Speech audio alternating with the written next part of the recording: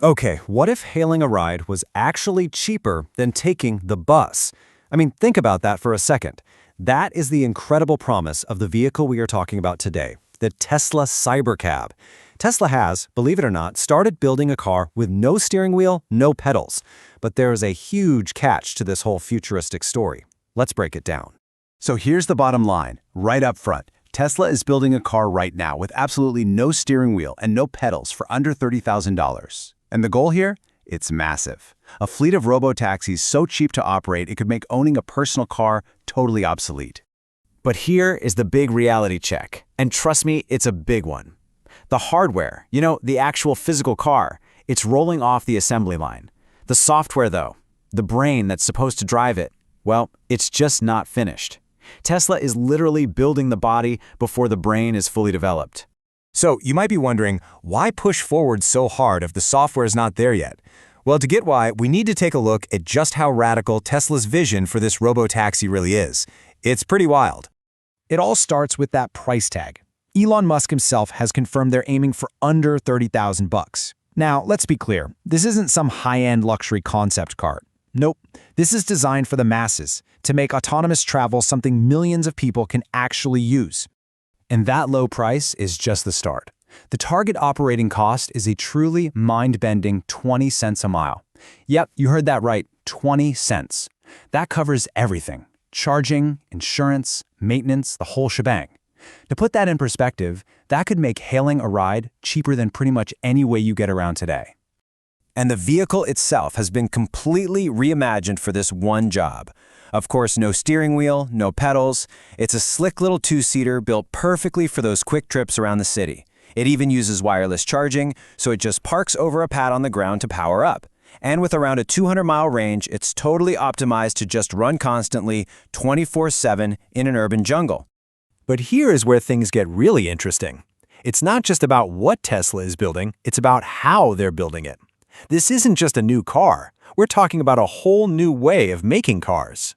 They call it the Unboxed method. So instead of one super long assembly line where you build the car piece by piece, think of it more like building with Legos. You have different teams building different big chunks of the car, the front, the back, the interior, all at the exact same time. Then, right at the end, they just snap them all together. You gotta understand, this completely flips the script on the traditional assembly line that's been used for over 100 years. By building all these parts in parallel, Tesla thinks it can dramatically shrink the size of the factory and just make the whole process way, way faster. How much faster, you ask? Well, the goal is to hit a production rate about 5 times higher than typical car manufacturing.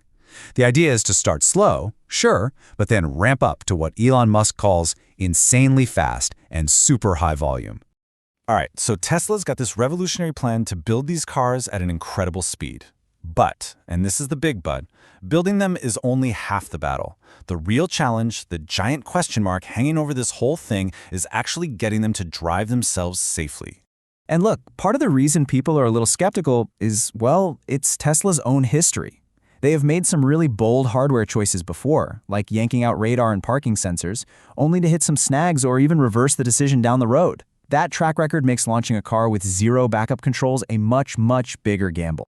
And this all leads us to the massive software gap. What Tesla calls full self-driving today is what the industry calls a level 2 system. The best way to think about it is like the world's most advanced cruise control. It's amazing, but you, the human, are legally required to be paying attention, ready to grab the wheel at any second.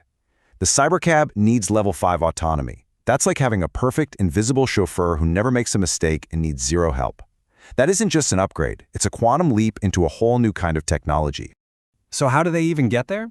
The answer is data, an almost unimaginable amount of data.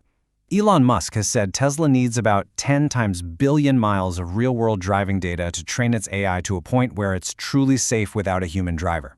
They're gathering that data faster than anyone, but they're just not there yet. And hey, even if they perfect the tech tomorrow, there's another huge roadblock: the law. Right now, there are no clear federal or state rules for cars that don't have a steering wheel or pedals. Getting the government's stamp of approval could be a long, complicated fight all on its own. So, you've got these massive technical hurdles, you've got these big legal hurdles. So why does this project matter so much? Because if, and it's still an if, But if Tesla pulls this off, this isn't just about a cool new car. This is about fundamentally rewiring our economy and the way we all live. And you have to see that this revolution is a double-edged sword. On one side, you have the potential winners. I mean, consumers get crazy cheap travel, cities could get rid of parking lots and build parks instead, the environment wins. But on the flip side, and this is the tough part, you have millions of people, taxi drivers, Uber drivers, truck drivers, auto mechanics, insurance agents, whose entire livelihoods are threatened. It's a classic story of tech disruption, creating massive opportunity and, at the same time, a lot of pain. So this leaves us with one critical question. The car of the future is not a concept anymore. It's literally being built today. The technical problem of making it drive itself is huge, for sure. But the even bigger challenge might be for us. Are we, as a society, really ready for the economic earthquake it's going to cause when it finally arrives?